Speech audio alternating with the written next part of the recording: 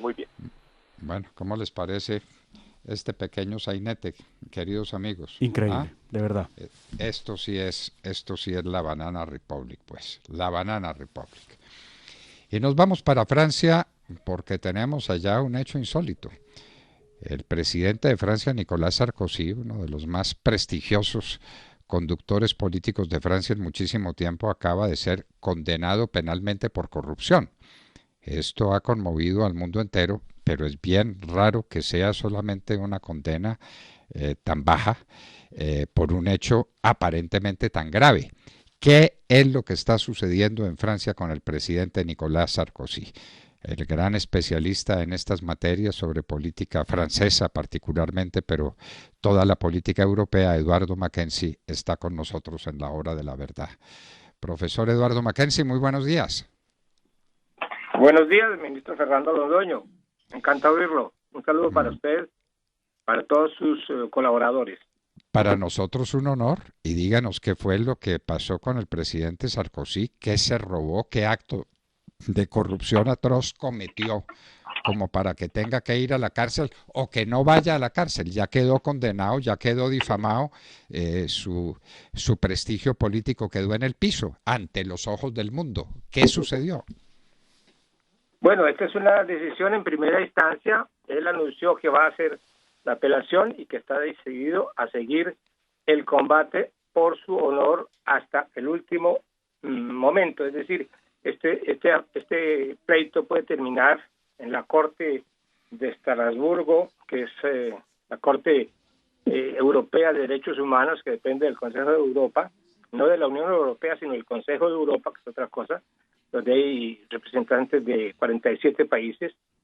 Entonces, sí, él está muy combativo y muy decidido a limpiar su honor, porque en realidad es una sentencia durísima, 3 años de cárcel, una solamente con 1 año de prisión efectiva, y sin embargo es una pena terrible, porque además los argumentos de la parte juzgadora, es decir, del tribunal que lo condenó, es de una fragilidad extraordinaria. Ellos, por ejemplo, no han logrado encontrar una sola prueba de las acusaciones que le hacen a él. Incluso la presidenta del tribunal lo dijo: no tenemos ninguna prueba de que haya habido un pacto de corrupción, como ellos mencionan, y sin embargo se basan en una construcción intelectual que llaman acá un manojo de indicios. Es decir, dicen que encontramos un manojo de indicios que nos permiten pensar que hubo la comisión de esos delitos. Pero resulta que el manejo de indicios no es la prueba de nada, es una cosa completamente diferente a una prueba en derecho. Entonces, el manojo de indicios, ¿de dónde viene? El manojo de indicios viene de una cantidad de intercepciones telefónicas que le hicieron al presidente casi durante 7 años. Sarkozy dijo que habían interceptado 4.610 conversaciones telefónicas de él con particulares y sobre todo conversaciones privadas con su abogado, eso, cosa que es una aberración también. En ningún país civilizado las conversaciones entre un justiciable y su abogado son interceptadas, son violadas y son utilizadas como elementos a cargo dentro de un proceso. Eso lo hicieron acá y eso está preocupando muchísimo a la gente, porque hay un cambio en las reglas de derecho procesal civil y penal que incomoda a todo el mundo. Por ejemplo, esta cosa de violar las conversaciones entre a un justiciable y su abogado es una cosa rarísima, como también es muy rara esa cosa de la técnica del manojo de indicios concordantes que mencionan. Entonces, eso preocupa mucho.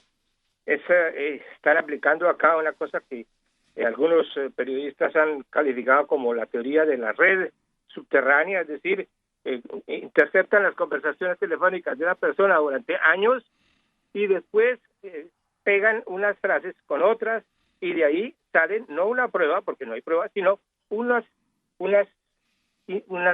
convicciones, unas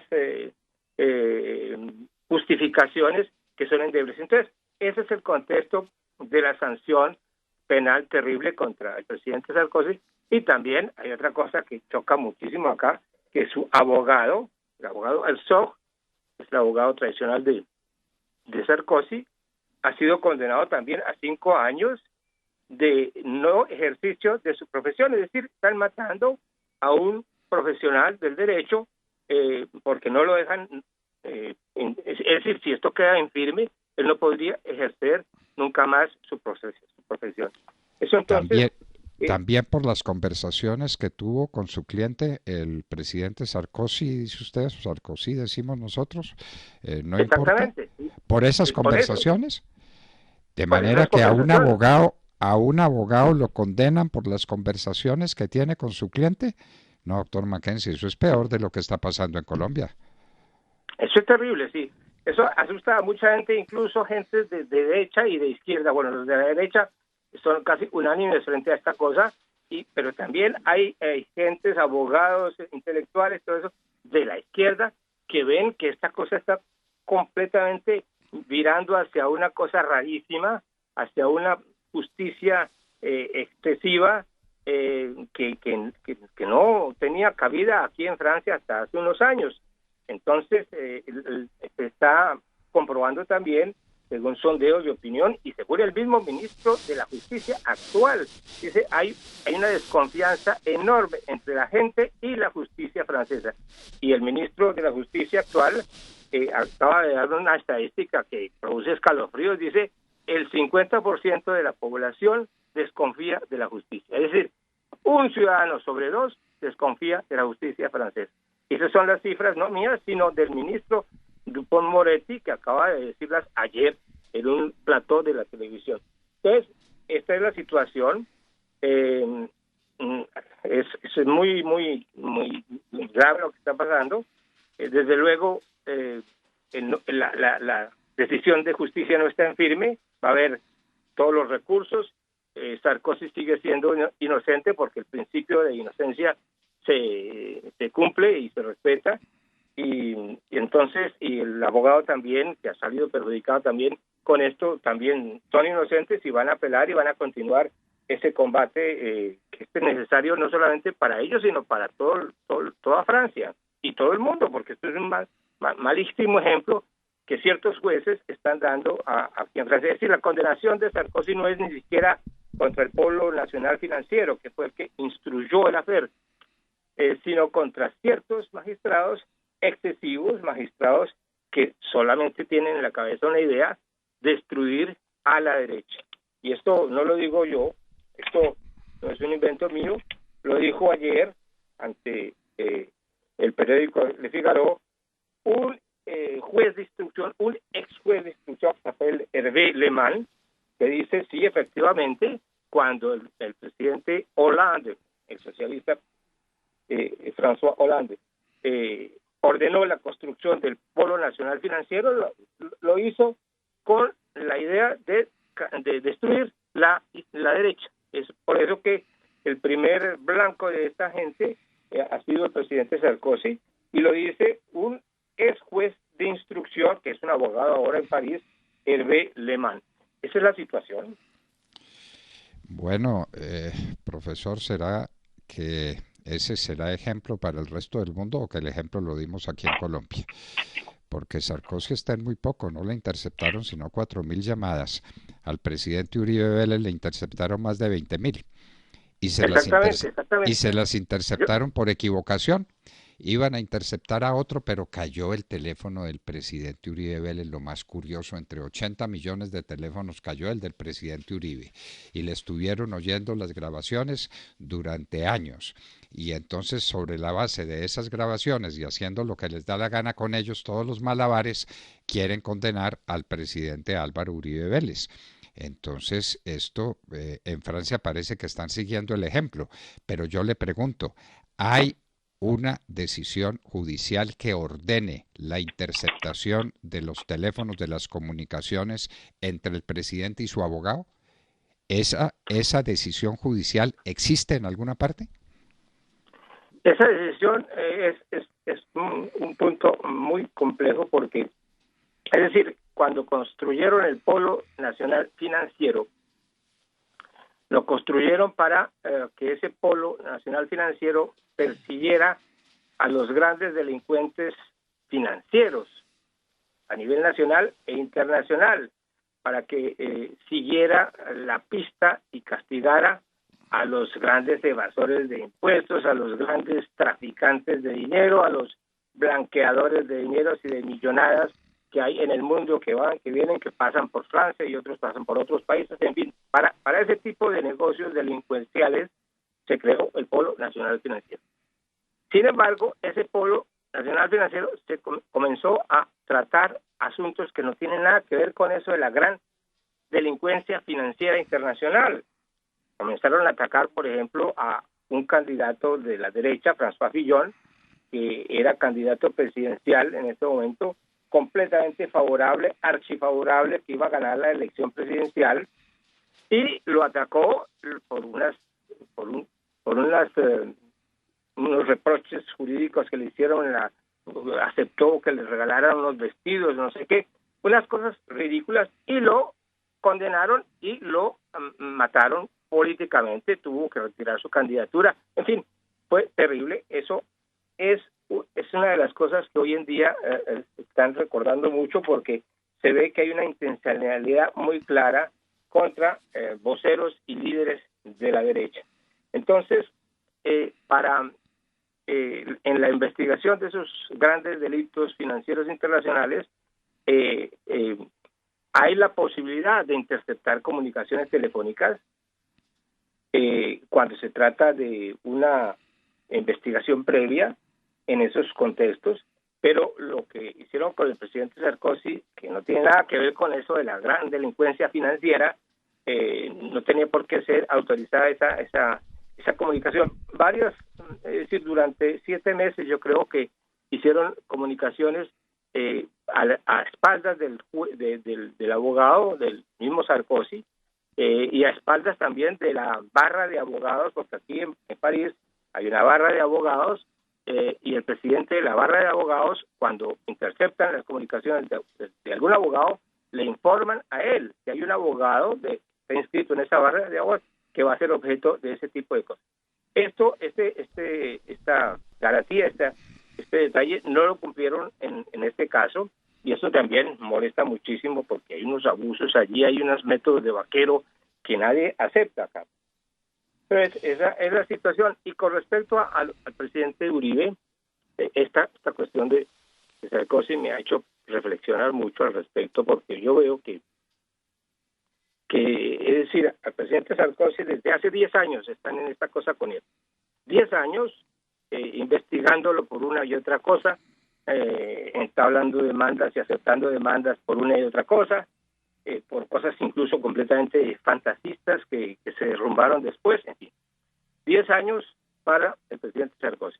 Y resulta que al presidente Uribe le aplican en Colombia casi que los mismos métodos, pero desde 6 años antes. Es decir, yo tengo la impresión de que entre Colombia y Francia hay algo raro, en que en Colombia se está convirtiendo como una especie de terreno de ensayos judiciales, de combate político contra la derecha, que se comienzan en Colombia, los ensayan, ven qué resultados da esto y lo otro, y luego los aplican en otras latitudes, en Francia, por ejemplo, yo no sé si en Italia, en fin. En todo caso, hay como una especie de correspondencia muy rara que vale la pena investigar, porque al presidente Uribe también utilizaron esta cosa de las llamadas telefónicas interceptadas, legales o ilegales, y acusaciones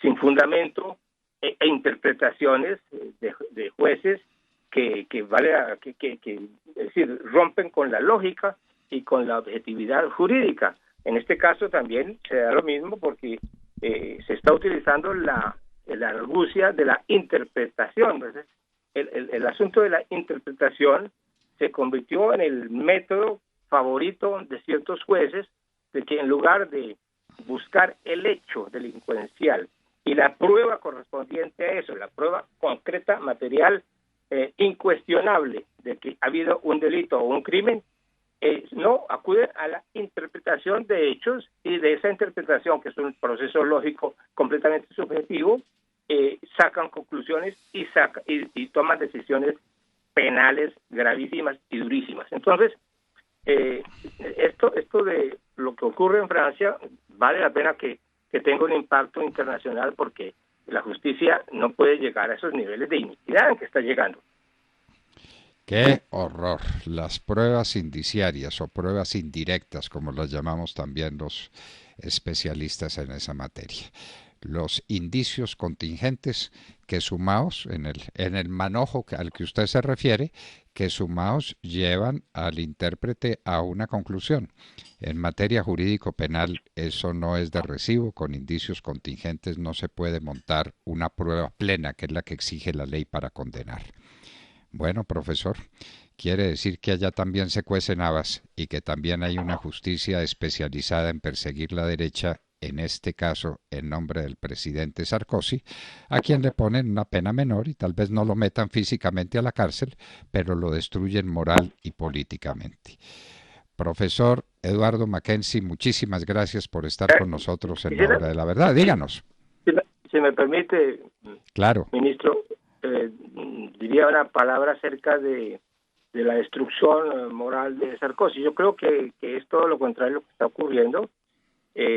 Sarkozy está retirado completamente de la política, pero esta sanción, esta condena penal, posiblemente puede tener efectos contrarios, posiblemente lo va a relanzar de nuevo a la política, porque